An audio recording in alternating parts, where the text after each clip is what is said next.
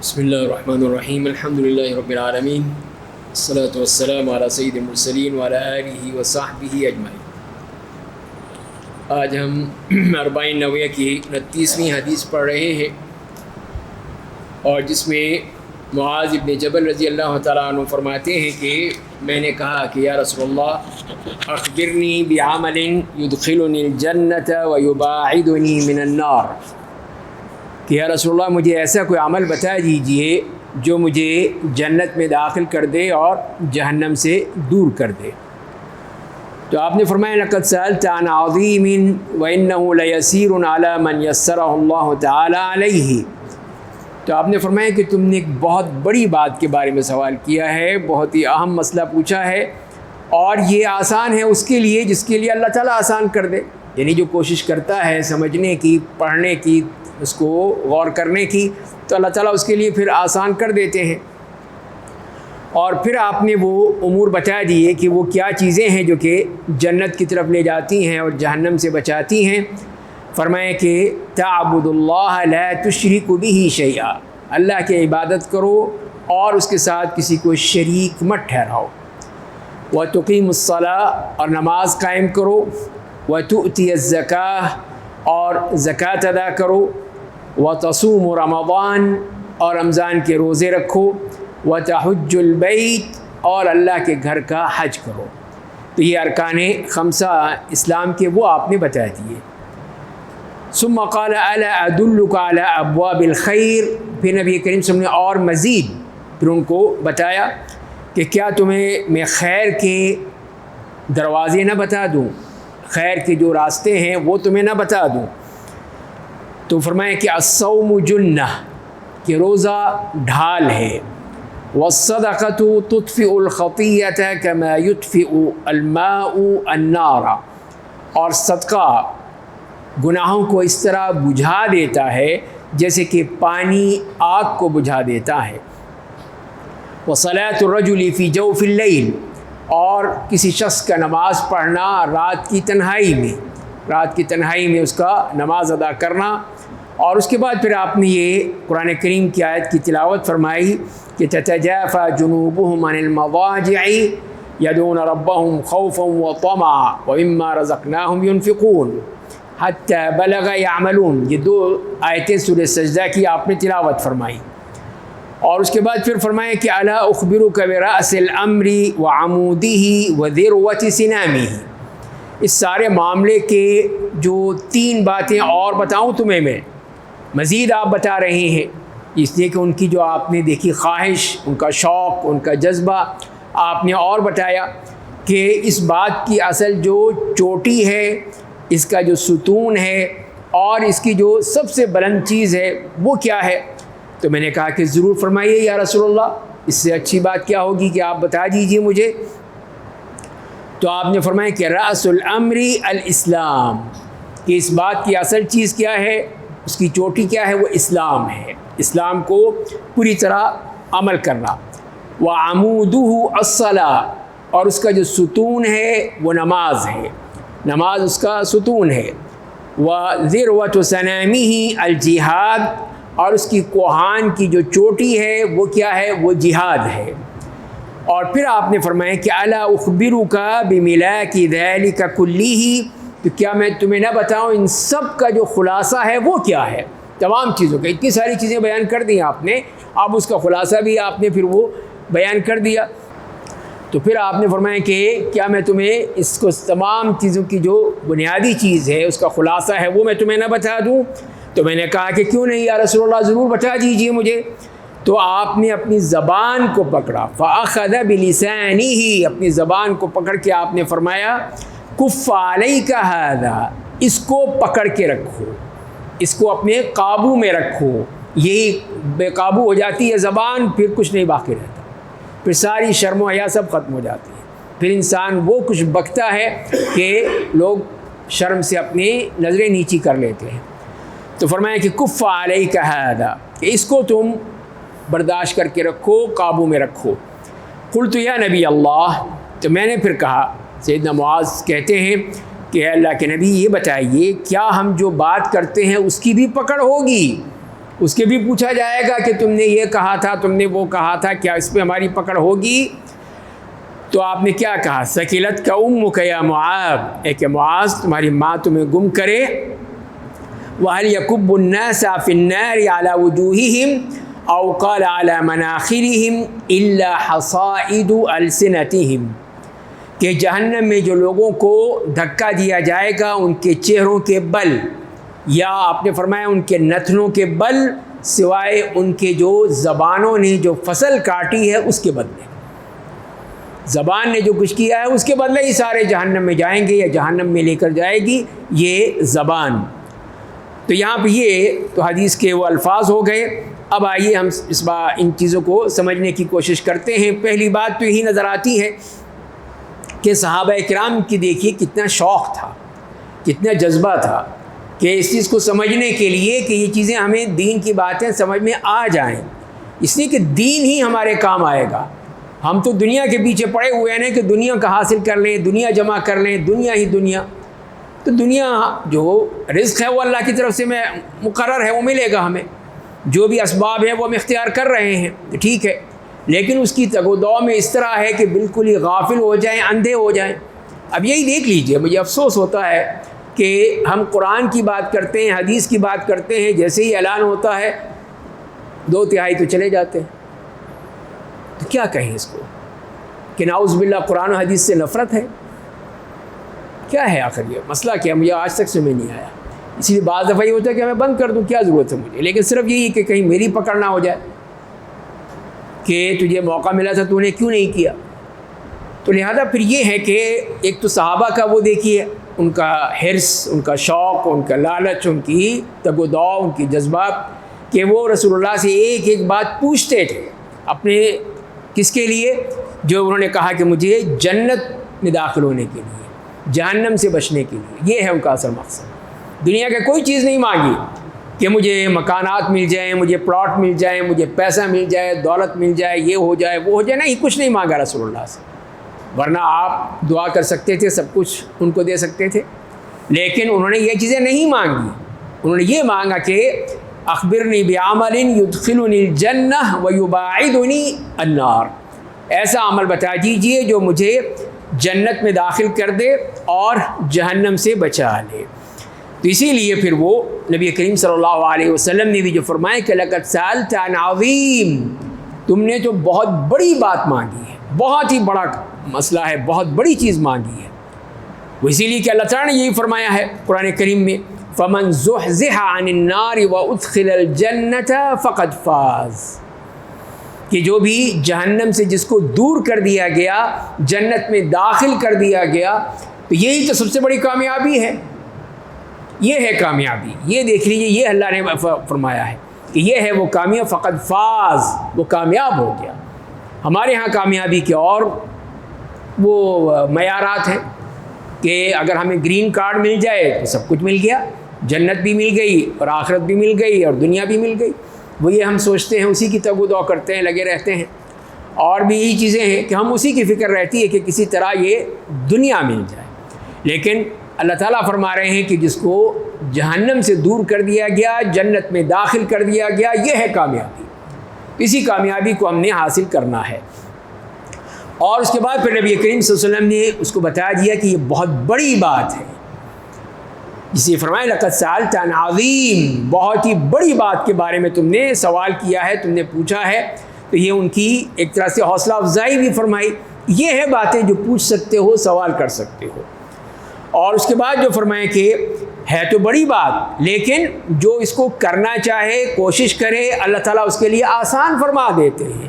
انہ لیسیر علی من یسرہ اللہ تعالی علیہ، کہ جس کے اللہ تعالیٰ جس کے لیے آسان کر دے اس کے لیے آسان ہو جاتا ہے. یہی کام جو یہ بتائی ہیں آپ صلی اللہ علیہ وسلم بتا رہے ہیں آگے، یہ سارے کام جو ہیں انتہائی آسان ہو جاتے ہیں، اس کے لیے کوئی مشکل نہیں رہتی اور وہ بالکل ہی مطمئن ہو جاتا ہے. تو اللہ تعالیٰ ہمارے لیے بھی آسان فرما دے. تو فرمائے کہ پھر نبی کریم صلی اللہ علیہ وسلم نے اسی طرح اشارہ کیا جیسے قرآن نے کہا یرید اللہ بکم الیسر ولا یرید بکم العسر، اللہ تعالیٰ تمہارے لیے آسانی چاہتے ہیں، مشکل نہیں چاہتے. یہ اللہ کا فیصلہ ہے. تو ہمارے لیے کوئی چیز مشکل نہیں ہے. سخت گرمی ہوتی ہے اس میں بھی آپ روزے رکھ رہے تھے، سخت سردی ہو اس میں بھی آپ اٹھتے تھے روزے رکھتے تھے. تو یہ ہے اللہ نے آپ کے لیے آسان کر دیا. اب ایک شخص کوشش کرتا ہے تو اللہ تعالیٰ آسان کر دیتے ہیں اس کے لیے. لیکن جو کوشش ہی نہیں کرتا، نہیں بڑی گرمی ہے، بڑی ہے، اتنا لمبا روزہ 16 گھنٹے کا روزہ میں کیسے رکھوں گا، بڑا مشکل ہو جائے گا، مر جاؤں گا، یہ ہو جائے گا، وہ ہو جائے گا، کچھ بھی نہیں ہوتا. لاکھوں لوگ رکھ رہے ہیں تو اسی لیے رکھ رہے ہیں کہ وہ اللہ نے آسان کر دیا ان کے لیے. تو یہی فرمایا جا رہا ہے کہ جس کے لیے اللہ آسان کر دے اس کے لیے آسانی ہو جاتی ہے، پھر کوئی مشکل نہیں ہوتی. اور نبی کریم صلی اللہ علیہ وسلم بھی صحابہ کرام کو یہی کہا کرتے تھے کہ یسروا ولا تعسروا بشروا ولا تنفروا، کہ دیکھو آسانی پیدا کرو، مشکل مت پیدا کرو، لوگوں کو خوشخبری دو، متنفر مت کرو. یہ چیزیں ہیں کہ آج کل بھی جو بعض لوگ متنفر کر دیتے ہیں کسی اچھے کام سے کہ نہیں یہ کام کرنا پڑے گا، بڑا مشکل کام ہے، تم یہ نہیں کر سکتے ہو، تمہارے لیے بڑا مشکل ہو جائے گا، یہ ہو جائے گا، وہ ہو جائے گا. نہیں، آسانی دیکھیں، اس میں آسانی جو اللہ نے آسانی دی، ہم اپنی طرف سے تو نہیں دے سکتے. جو اللہ نے آسانی دی ہے اس کو بیان کرنا چاہیے، بتانا چاہیے کہ یہ آسان ہے، یہ کام اس کو کر سکتے ہیں آپ. اور یہ بھی فرمائیں کہ فَإِنَّمَا بُعِثْتُم مُيَسِّرِينَ وَلَمْ تُبْعَثُوا مُعَسِّرِينَ، کہ تمہیں جو بھیجا گیا ہے آسانی کرنے کے لیے، مشکل کے لیے نہیں بھیجا گیا ہے. کہ نہیں اب یہ چیزیں دیکھ لیجئے. اب اس کی ایک مثال یہی یاد آتی ہے کہ جیسے حج میں ہے کہ ہمارے لیے آسانی کر دی اللہ تعالیٰ نے، نبی کریم صلی اللہ علیہ وسلم نے، کہ ہم جب 9 ذی الحجہ کو سے چلتے ہیں، وہاں سے آتے ہیں عرفات سے، اور پھر 10 ذی الحجہ کو پہنچتے ہیں منی، تو اس کے بعد ہمیں رمی کرنی ہے، قربانی کرنی ہے، بال اپنے منڈوانے ہیں، پھر طواف کرنا ہے. تو 4 کام ہیں جو ہمیں کرنے ہیں حاجی کو جو بھی وہاں آئے گا. اب اس میں رسول اللہ صلی اللہ علیہ وسلم نے آسانی پیدا کر دی کہ نہیں، کہ جو بھی تم کر لو کوئی بات نہیں. کسی نے کہا کہ میں نے پہلے سر مڈا لیا، کہا کوئی بات نہیں. میں نے طواف کر لیا، کوئی بات نہیں. میں نے قربانی پہلے کر لی، کوئی بات نہیں. اس دن جس نے جو بھی کہا آپ نے کہا کوئی بات لا حرج. یہ کیا ہے؟ یہ تو آسانی ہے نا.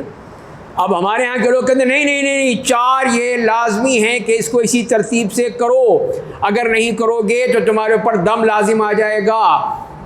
ہر ایک کو ڈرا دیتے ہیں. یہ آسانی اللہ نے دی ہے. اللہ کے تم کون ہوتے اس کو روکنے کے لیے؟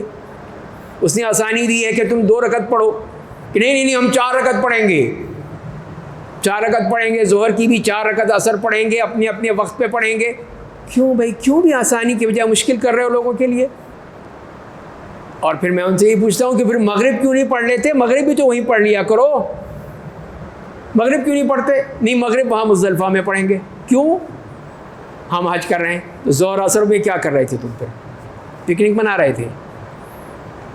یہ دیکھیے اللہ کی طرف سے کتنی آسانیاں دی جا رہی ہیں، کتنا ہمارے لیے ہلکا کر دیا کہ آپ 2 رکعت پڑھ لیں ظہر کی، 2 رکعت عصر، بس ختم. اس کے بعد کھانا کھائیں، پھر مغرب تک دعائیں کریں، اللہ سے دعائیں مانگیں، اس لیے کہ وہ یہی وقت ہے جو دعا کرنے کا. عرفات میں حج کا جو رکن اعظم ہے اس میں آپ کو اتنا وقت مل گیا. لیکن ہم کہتے ہیں نہیں یہ آسانی نہیں ملنی چاہیے اور ان کے لیے مشکل کرو. یہ دیکھیں نا کتنی بڑی غلط بات ہے. اور ہمیں جو درس دیا جا رہا ہے اللہ کی طرف سے، اللہ کے رسول کی طرف سے، کہ آسانی کرو اس کام میں. کوئی مسئلہ ہو جائے دیکھو آسان کون سا ہے وہ دے دو ان کو. تو یہ ہے اصل چیز.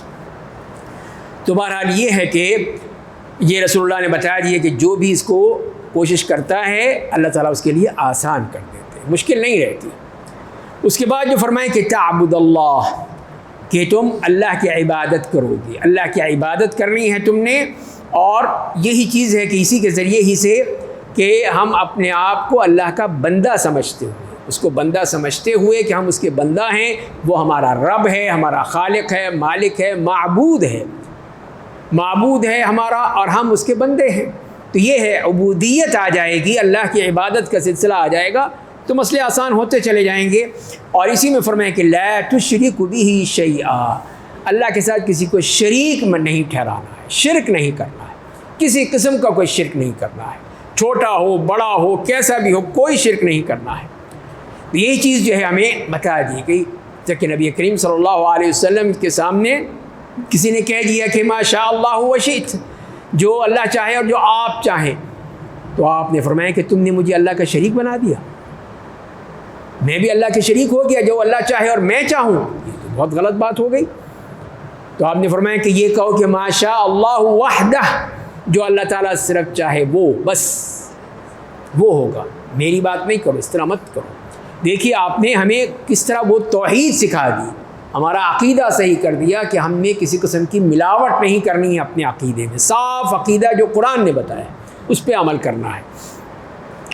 تو یہی ہے کہ اصل چیز تھی کہ تمام جو انبیاء کرام آئے علیہم السلام تو اسی شرک کو ختم کرنے تو آئے تھے، وہ شرک کو ختم کرنے کے لیے اللہ کی اس شان میں کتنی بڑی گستاخی ہے کہ جو خالق کائنات ہے اس کے ساتھ ایک مخلوق کو شامل کر دیں کہ یہ مخلوق کے اندر بھی یہ چیزیں موجود ہیں۔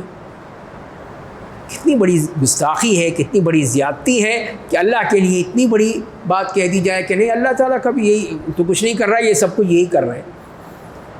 یہ دیکھیے، تو یہ چیز جو ہے انتہائی خطرناک ہے کہ ہم اس طرح جائیں سارے عمل برباد ہو جائیں گے، اسی لیے ہمیں خیال رکھنا چاہیے۔ یہاں تک کہ کہا کہ اگر تم کسی سے کہہ دیتے ہو اگر تو نہ ہوتا نا تو میں مر گیا ہوتا، یہ بھی غلط ہے۔ یہ تو اسباب ہے، صرف یہ ڈاکٹر نہ ہوتا تو میں مر جاتا، یہ ہاسپٹل یا دوا نہ ہوتی تو میں مر جاتا، نہیں، یہ بھی کہنا غلط ہے۔ تو ہمیں اس کا جو کچھ ہے کہ اللہ کی طرف سے ہوا، کہ اللہ تعالیٰ نے مجھے شفا عطا فرمائی اور میرے لیے اسباب بنا دیے، یوں کہیے آپ، اسباب بنا دیے کہ یہ ڈاکٹر صاحب مل گئے، یہ دوائیں مجھے مل گئیں، یہ ہاسپٹل مجھے مل گیا، تو یہ ہے، یہ اسباب ہیں جو اللہ نے میرے لیے پیدا کر دیا۔ یہ اس کو ہم کہیں گے کہ یہ ہے وہ صحیح بات، صحیح عقیدہ، صحیح توحید، کہ اس میں شرک نہیں ہے۔ اور اس کے بعد جو فرمایا گیا کہ پانچوں جو ارکان اسلام ہیں، تو شہادت کی بات ہو گئی، اس کے بعد نماز، زکوٰۃ، رمضان اور حج، ان چیزوں کے بارے میں بتا دیا کہ یہ وہ ارکان خمسہ ہیں، 5 ارکان ہیں جو کہ جس پر اسلام قائم ہے۔ یہ اسلام کی بلڈنگ کے 5 ستون ہیں، 5 ستون ہیں، اس میں سے کوئی بھی ستون نکل جائے تو اسلام تو ختم ہو جائے گا۔ کوئی کہے نہیں بس میں تو نماز مشکل ہے، نماز نہیں پڑھتا، روزے رکھوں گا بس کافی ہے، کوئی ویسے ضرورت ہی نہیں پھر اس چیز کی۔ جب ایک بنیادی رکن ہی تم نہیں کر رہے تو پھر کیا فائدہ تمہارے اسلام کا؟ تو اسلام تو وہ ہے کہ پورا کا پورا اسلام، کہ 5 جو ارکان ہیں اس کو اختیار کرنا ہے، اس پر عمل کرنا ہے، تب وہ اسلام پر عمل ہوگا۔ اگر اس پر عمل نہیں ہے تو پھر اسلام نہیں ہے، چاہے ایک نکل جائے تو پوری بلڈنگ گر جائے گی۔ یہی چیز فرمائی گئی ہے۔ اور اس کے بعد پھر آپ نے فرمایا کہ الا ادلک علی ابواب الخیر، کہ جو اچھائی، بھلائی، نیکی کے جو مسائل ہیں کیا تمہیں نہ بتاؤں؟ تو یہی ابواب سے مراد یہ ہے کہ وہ مسائل میں تمہیں بتانا چاہتا ہوں، وہ باتیں جو ہیں خیر کی وہ تمہیں واضح کرنا چاہتا ہوں، وہ بتانا چاہتا ہوں، تو کیا میں تمہیں نہ بتاؤں؟ تو انہوں نے کہا کہ جی ہاں بالکل بتائیے، ظاہر ہے کہ وہ آئے اسی مقصد کے لیے تھے کہ رسول اللہ سے جنت کا دروازہ یا جنت کا ٹکٹ لے لیں، اسی لیے کہہ رہے ہیں کہ ضرور بتائیے۔ تو پہلی چیز فرمائی کہ الصوم جنہ، کہ دیکھو یہ روزہ جو ہے یہ ایک ڈھال ہے۔ جنہ کہتے ہی ہیں کہ وہ ڈھال جو استعمال کرتے تھے پہلے جب دو بدو جنگ ہوتی تھی، کہیں تلواریں ہیں، نیزے ہیں، تیر ہیں، ان سے بچانے کے لیے وہ ڈھال اپنے بازو میں باندھتے تھے کہ اس کے ذریعے سے اپنے آپ کو بچا لیتے تھے۔ تو اسی طرح روزہ جو ہے ایک ڈھال ہے کہ روزہ ہمیں گناہوں سے بچا لیتا ہے، گناہوں کے مقابلے میں یہ ڈھال آ جاتی ہے، یہ روک آ جاتی ہے، اس کے ذریعے سے پھر ہم ان گناہوں سے بچ جاتے ہیں۔ تو ظاہر ہے کہ پھر وہ دنیا میں تو وہ چیزوں سے بچ جاتا ہے کہ جو گناہ کی باتیں ہیں، جن چیزوں سے منع کیا ہے آپ اس کو نہیں کرتے، بچ جاتے ہیں، روک لیتے ہیں اپنے آپ کو، تو یہ ڈھال بن گئی۔ اور آخرت میں جہنم سے ڈھال بن جائے گا، یہی آپ کا روزہ، جو آپ نے روزے رکھے ہیں یہ سب آپ کے لیے ڈھال بن جائیں گے قیامت کے دن، اور اللہ کے ہاں وہ سفارش کریں گے۔ یہ قرآن بھی اور یہ روزہ بھی یہ سفارش کرتا ہے اپنے کرنے والے کے لیے، اسی طرح پھر وہ جہنم سے بھی یہ روزہ ڈھال بن جائے گا۔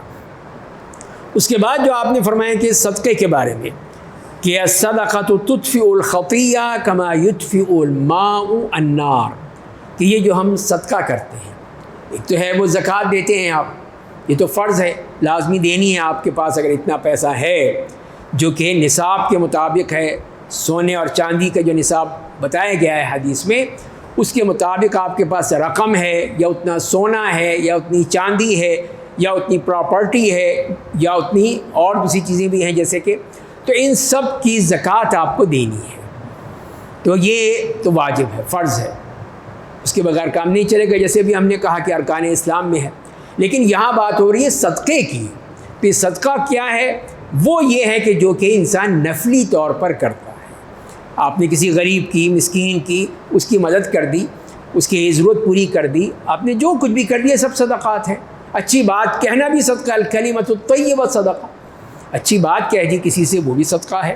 تو لہٰذا یہ فرمائیں کہ یہ صدقات جو ہیں یہ انسان کے جو گناہ ہیں ان کو بجھاتے ہیں. بجھانے کا لفظ استعمال کیا ہے، تطفئ الخطیئہ. تو اس لیے کہ یہ چیزیں جو ہیں ان میں گرمی ہے، ایک گرمی ہے ان گناہوں کی گرمی ہوتی ہے. تو ان گناہوں کی گرمی کو بجھانے کے لیے یہ صدقات یہ کام آتے ہیں. آپ جو صدقہ کرتے ہیں، خیرات کرتے ہیں، تو اس کی وجہ سے آپ کے ان گناہوں کی گرمی ختم ہو جاتی ہے. یوں کہہ لیجیے گناہ بجھ جاتے ہیں، ختم ہو جاتے ہیں.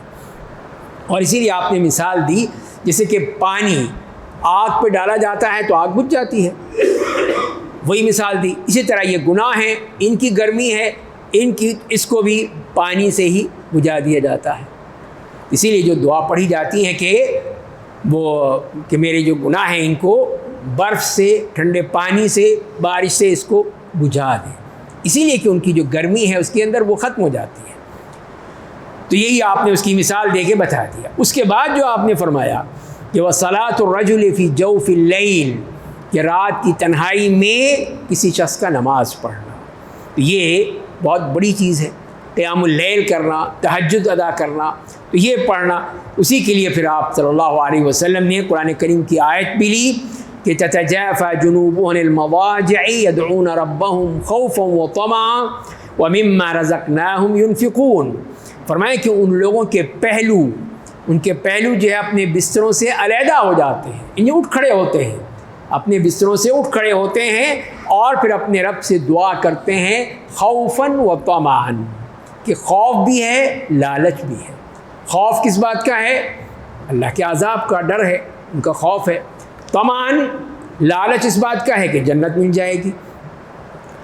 اور دوسری بات ان کی کیا ہے؟ وَمِمَّا رَزَقْنَاهُمْ يُنْفِقُونَ، اور جو بھی اللہ ہم نے رزق دیا ہے اس میں سے خرچ کرتے ہیں. تو یہ رزق اللہ کا دیا ہوا ہے، ہمارا نہیں ہے. اللہ نے دیا ہے رزق، تو فرمایا کہ مِمَّا رَزَقْنَاهُمْ يُنْفِقُونَ، اس میں سے وہ خرچ کرتے ہیں وہ رزق جو ہے جو اللہ نے دیا ہے. اور دوسری آیت جو فرمائی فَلَا تَعْلَمُ نَفْسٌ مَا أُخْفِيَ لَهُم مِّن قُرَّةِ أَعْيُنٍ جزاء بما كانوا يعملون، کہ کسی بھی نفس کو یہ نہیں معلوم، کوئی بھی نفس، کوئی بھی انسان نہیں جانتا کہ اللہ تعالیٰ نے اس کے لیے کیا آنکھوں کی ٹھنڈک چھپا کر رکھی ہوئی ہے. تو یہ دیکھ لیجیے، آنکھوں کی ٹھنڈک سے مراد یہی ہے کہ وہ جب یہ قیام اللیل کرے گا، اللہ کے حضور کھڑا ہوگا یا تہجد پڑھے گا، تو پھر جو اس کو آنکھوں کی ٹھنڈک ملے گی، ایک تو وہ ہوگی آنکھوں کی ٹھنڈک جو اطمینان اور سکون ملتا ہے اس کو کہ اس نے اللہ کے حضور سجدہ کر لیا ہے، نماز پڑھ لی ہے، تہجد پڑھ لیا ہے. اور دوسری وہ آنکھوں کی ٹھنڈک جو اس کو ملے گی وہاں پہ اللہ کے ہاں آخرت میں، وہ اس کی دل ٹھنڈا ہو جائے گا، سکون و اطمینان ملے گا، کوئی اس کو پریشانی نہیں ہوگی.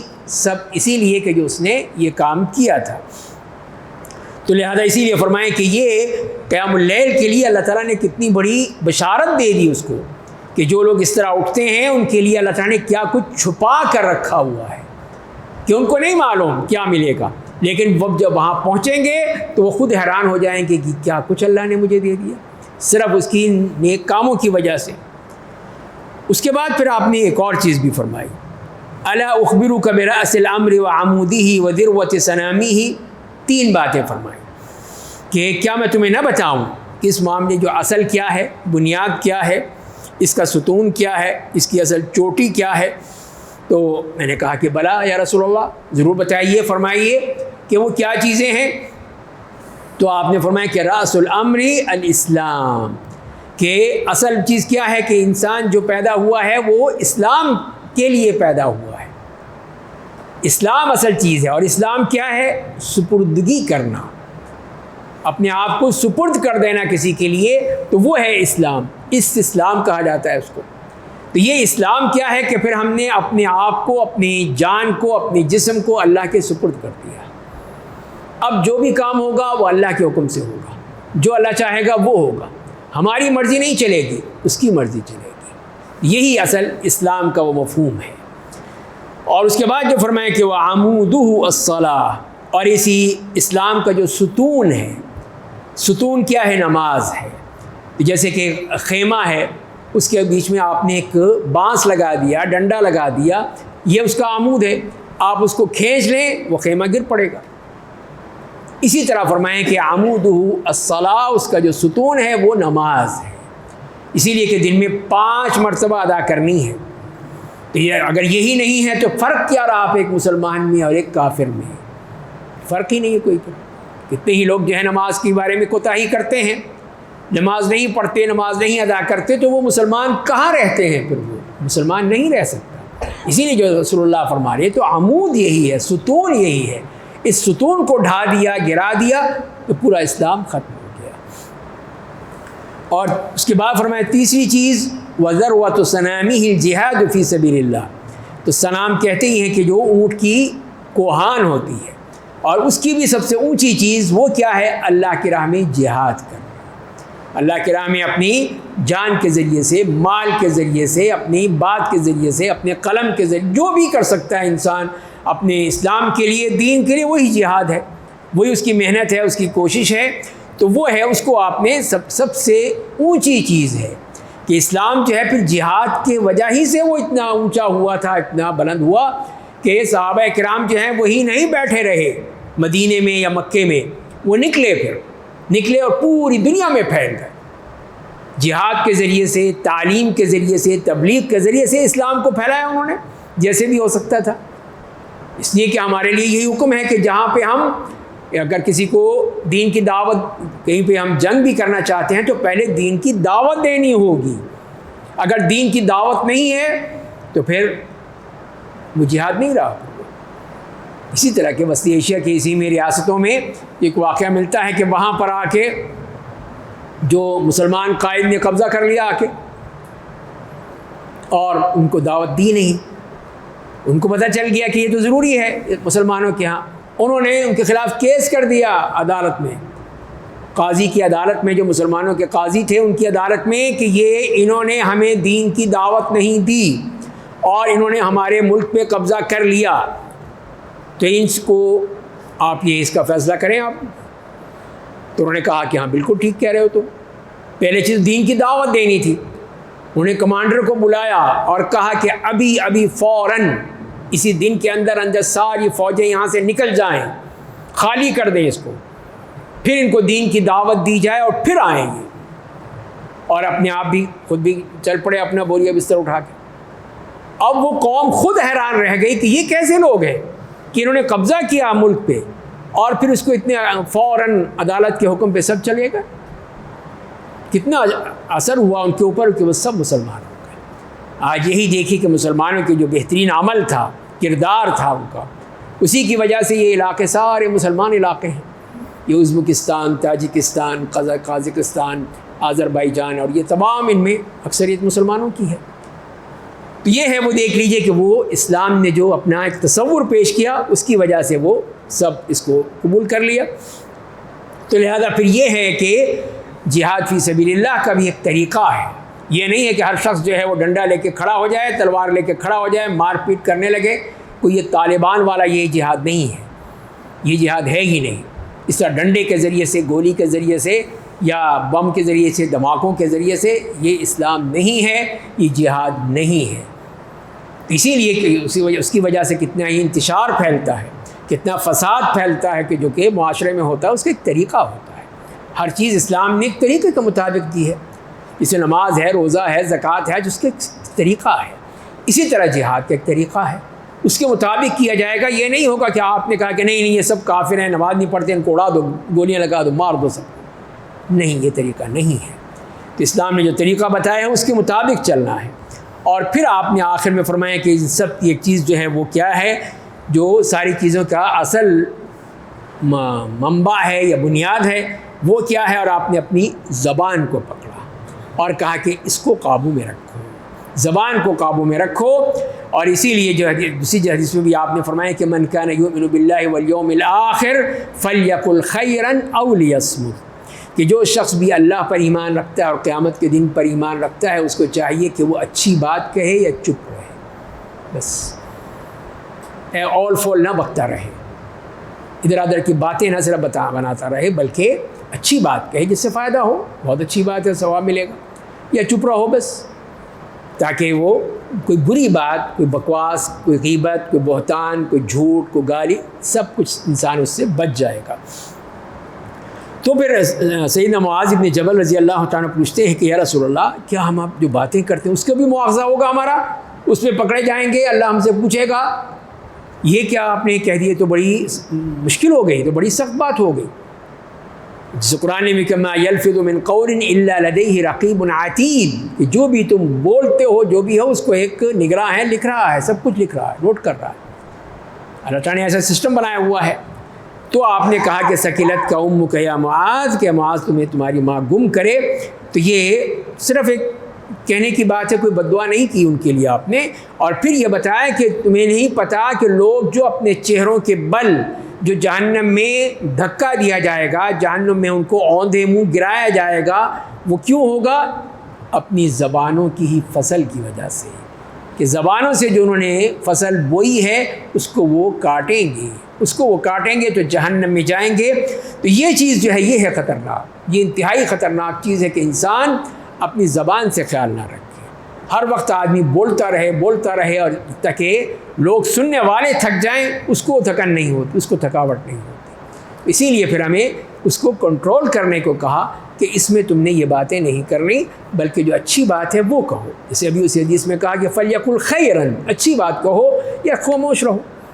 یہ خاموشی بھی اللہ کے ہاں جو ہے بہت مقام رکھے گی کہ تم نے برا کام نہیں کیا، اپنی زبان کو محفوظ رکھا.